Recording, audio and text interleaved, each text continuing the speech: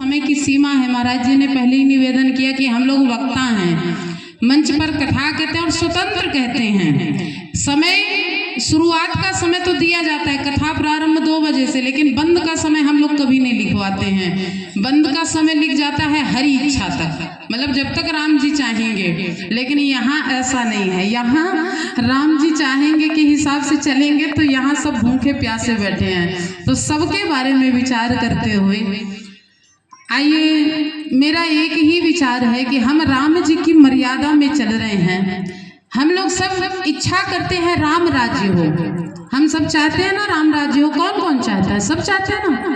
हाँ, राम राज्य चाहते हैं, लेकिन जरा ईमानदारी से बताइए कि राम जी के चले हुए मार्ग पर चलते कितने हैं?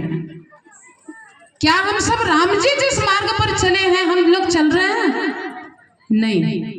ईमानदारी से यदि हम अपने सीने पर हाथ रख के कहें हम चल रहे हैं तो नहीं चल रहे हैं, बिल्कुल नहीं चल रहे हैं। राम जी ने हमें क्या मर्यादाएं सिखाई हैं? राम को मानते हैं, राम की नहीं मानते। कृष्ण को मानते हैं, कृष्ण की नहीं मानते हैं। रामायण को मानते हैं, रामायण की नहीं मानते। भागवत को मानते हैं, भागवत की नहीं मानते। आज भारत देश में मैं बाहर ठाकुर जी की कृपा से जाती हूँ, ये देखती हूँ जगह जगह कथा हो रही है, जगह जगह सत्संग चल रहा है, जगह जगह रामायण राम गीता सब चल रहा है। लेकिन फिर भी इतना सुनने के बाद भी लोगों के अंदर से ईर्ष्या, द्वेष, जलन, नफरत, क्रोध हट ही नहीं रहा है। जिसको देखो यदि कोई कथा भी करा रहा है तो ये सोचकर करा रहा है कि मेरा पड़ोसी 10 लाख का कथा किया तो मैं 20 लाख का करूंगा।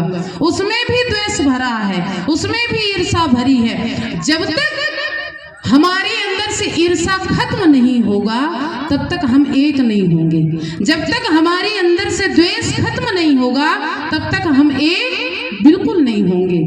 इसीलिए यदि हिंदू एकता चाहते हैं, यदि सामाजिक एकता चाहते हैं, तो मुझे लगता है कि उसके लिए से सबसे पहले अपने अंदर से ईर्ष्या और द्वेष को मिटाना पड़ेगा। जब तक हमारे अंदर ईर्ष्या द्वेष रहेगा तब तक हम एक नहीं होंगे। तो इसीलिए सबसे पहले ये विचार करो कि मैं कोई भी आयोजन किसी को छोटा दिखाने के लिए नहीं करने वाला हूँ। मैं कोई भी आयोजन यदि करूंगा तो सबको मिलाने के लिए मुझे करना है। कोई भी अनुष्ठान करूंगा तो सबको एक करने के लिए करना है। मुझे कोई सांस्कृतिक कार्यक्रम भी करना है तो सबको मिलाने के लिए करना है। हम कहते हैं हिंदू एकता हो, जब तक घर में एकता नहीं होगी तब तक समाज में एकता नहीं होगी। समाज एक नहीं होगा तो फिर देश कैसे एक होगा?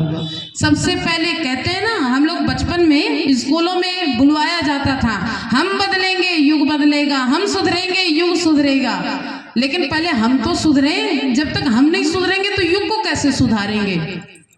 जब तक हम नहीं बदलेंगे तो युग को कैसे बदलेंगे?